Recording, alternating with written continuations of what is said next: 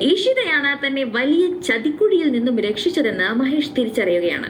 തീർച്ചയായും ഇഷിതയോട് മാപ്പ് പറയണമെന്ന് മഹേഷിനോട് അച്ഛൻ നിർദ്ദേശിക്കുന്നു.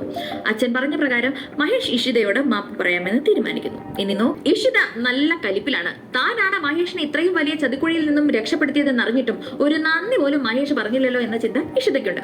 മഹേഷിനാവട്ടെ ചമ്മൽ കാരണം ഇഷിതയോട് നേരിട്ട് സോറി പറയാനും വയ്യ. ചിപ്പിയെ ഒരുക്കി സ്കൂളിൽ പറഞ്ഞു വിടുന്ന തിരക്കിലാണ് പക്ഷേ ഇഷിത. അതിനിടയ്ക്ക് എങ്ങനെ സോറി പറയണമെന്ന് മഹേഷിന് അറിയാനും വയ്യ.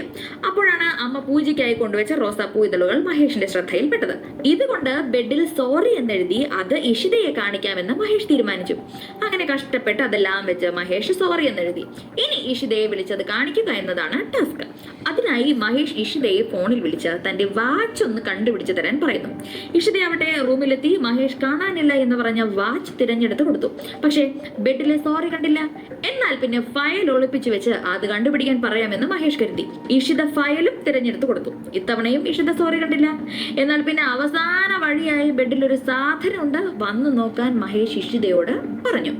ഇഷിത വന്ന് നോക്കിയപ്പോഴേക്കും ബെഡിലെ സോറിയൊക്കെ കാറ്റടിച്ച് പറന്നു പോയിരുന്നു. ബാക്കിയായത് ഒരു ഹാർട്ട് മാത്രം. ഓഹോ, ഇതിനാണല്ലേ വിളിച്ചു വരുത്തിയത്.